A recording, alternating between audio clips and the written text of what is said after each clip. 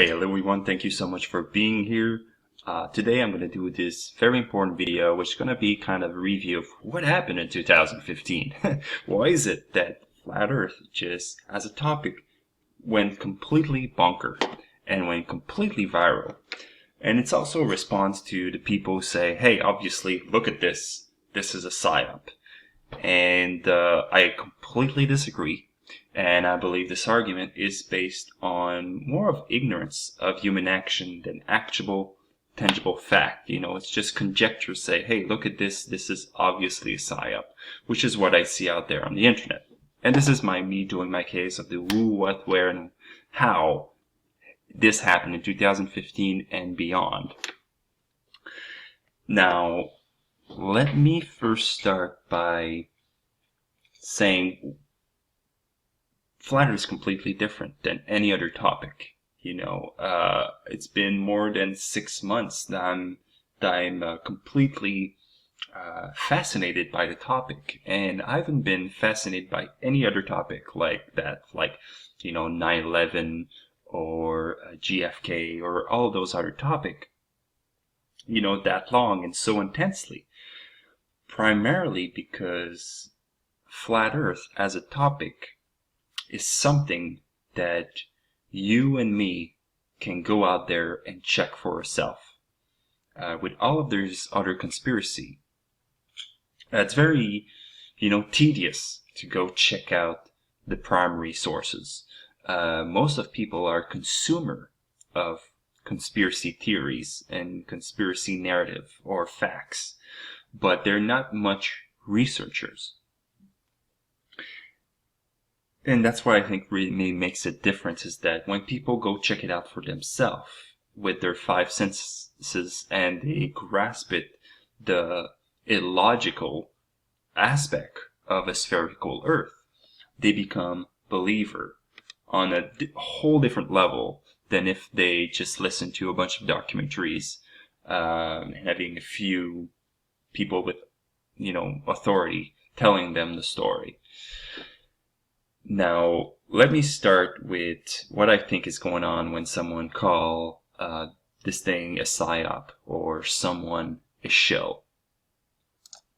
I think it's simply a knee-jerk reaction to explain something they can't explain any other way. And it's an ad hominem. You know, it's an attack on the character of something, on the trait. So they look at this, they look at the Flat Earth, and they can't conceive why this thing goes viral. They don't understand what makes people share it so much on social media, and so on and so forth. So they simply do name calling so that they don't have to defend their argument. And that's the beautiful thing with calling someone a shill or saying this piece of information is a psyop, is that they have no basis in evidence, yet people buy it. You know, it's like someone say, hey, I think we should revise our policy on immigration. And on the mainstream media, they say, well, this person is a racist. And that's it. The person is dismissed and his argument forgotten. And I think that's what's going on when someone say, oh, Flat Earth, it's a psyop. Or it's not organic. It's completely organic. And I will expose the who, what, when, and how it happened. Now, I'm going to revisit a little bit of my story of how I came to change my belief about the shape of the Earth. And I think it's not going to be that different than you who's listening right now. For me, it started with a podcast I was a fan of, which was Anarchast. And every debate came in, and I couldn't listen to it. I couldn't get myself to listen to this podcast. When I saw the title in my newsfeed, I was just, this is ludicrous. This is ridiculous. But then one day I was bored. I needed to clean my house and have a podcast, and that was the only one I didn't listen to yet. So I said, whatever, I'm just going to listen to it. And then at the end of it, I found myself painted in a corner, not being able to actually do any name calling anymore. I was like, wow, we exposed a really good case. And I can't even debunk it. and then I went on to debunk it. I went out there, took my binoculars, and I was living by the ocean, so I chose a few landmarks with Google Map and did the curvature test, which would turn negative, obviously, like many of us who's listening right now came to. So this was very powerful, and it completely took over my life, like many of us. Couldn't get myself to just ignore it. I had to dig deeper and deeper and deeper. Now, how does this viral thing happen? Well, as you can see here, it starts with one or two people being able to spread a message. And it first started with Eric Dubé. Eric Dubé came in November with his first video was the Flat Earth Conspiracy. Love him or hate him, he's a great explainer. He's a great interviewer on podcast. He did an amazing job on the first podcast I listened to. And this is what compelled me to wanting to debunk him. So it started on November. As you can see here, that's November. November here, he releases the Flat Earth Conspiracy, and then go on different podcasts such as the Higher Side Chat, and maybe a few people on every one of those podcasts listened to him and did exactly like I did. And then it snowballed. And this is what you need. You need a good people beginning to expose the idea. And you also need the idea to be very powerful. Now we had the second person who came on the scene, which was Mark Sargent. Came out with his Flat Earth Clues, which were bite-sized, easy-to-digest narrative rather than hardcore facts, which also had a lot of success. Sorry about that. Now, what makes this topic go viral? It's as close as it gets to a religious concept.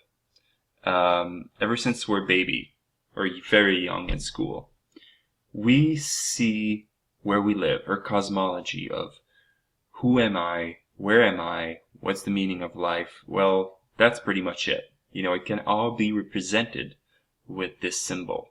It's really, when you think about it, the ball Earth, most people believe in it, yet they have no evidences for it. It's like God in many ways. It's a symbol that people identify with, that's been drilled into their brain. Not to say that God doesn't exist, it's just that in terms of evidence, there's a lot of faith around it, and it's very deep. It answers the meaning of life, pretty much. And that's what the ball Earth is. And when you challenge that, and you give a different cosmology, you get the recipe for viral growth.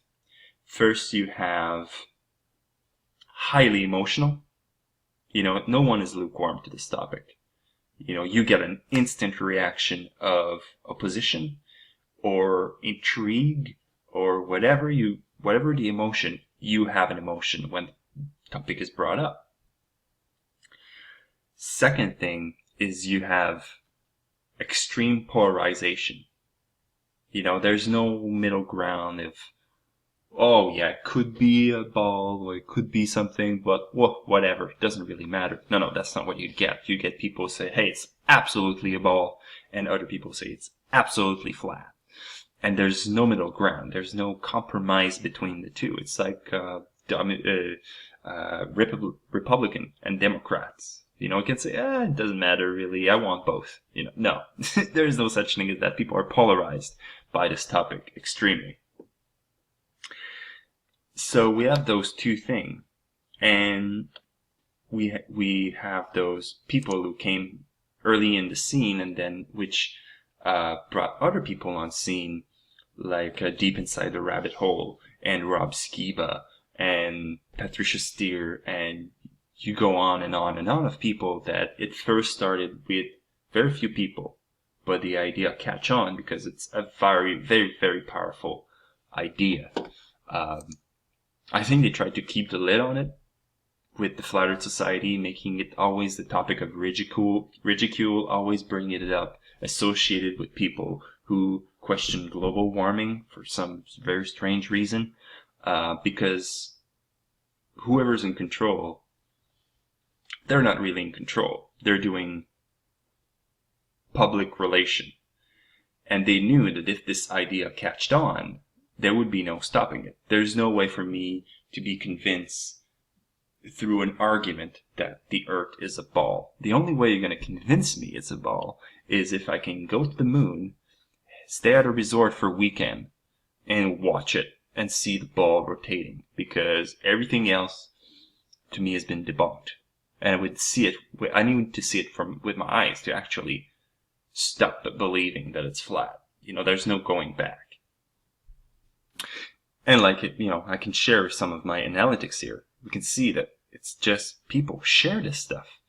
And people share when it's very, when there's an appeal to emotions, when it's an appeal to belief, it touches people on a very deep level. And it's like, let's say some people have a religious, let's say they're Christian or Muslim or Hindu. Could you imagine yourself having a spouse that doesn't embrace your faith or your belief? It's almost impossible. It's like, I couldn't imagine Rob Skiba having a secular wife. It just wouldn't work. It would just not be compatible. And that's what's happening, is that we find ourselves in our families and friends and being alone, having this belief and wanting to, and we're compelled to share it because it makes so much sense. Also, it has an appeal to logic. It has an appeal to intelligence, because once you figure that out, you actually feel like you got smarter. You actually feel you've been, the wool has been pulled out of your eyes, and that you're actually seeing the real world for the first time, just like Neo in the Matrix. We're compelled to share it. And this is what I believe created this. Like 100%. I have no doubt it's not a psyop. It's just this thing having the right people at the right time, going out there, going on podcasts, sharing the idea, having a very strong case. Now, let me just put a caveat at the end of this video, and because you're here, thank you so much for listening to the video until the end. But, it's not going to go viral in 2016, and not viral, I mean mainstream. Look at, the Kardashian. If we compare the Flat Earth to the Kardashian, it's kind of sad to realize this state of the world, but, the Kardashian are, have nothing to envy the Flat Earth. They're much more mentioned, and, we're not going to go mainstream 2016, but we're going to keep on going viral and expose more people to the idea, and they're going to make their own mind. And I think it's going to make a difference. I don't know when. I don't know how. We can only look back with a hindsight of 2020. Thank you so much for listening, and I'll see you on the next video.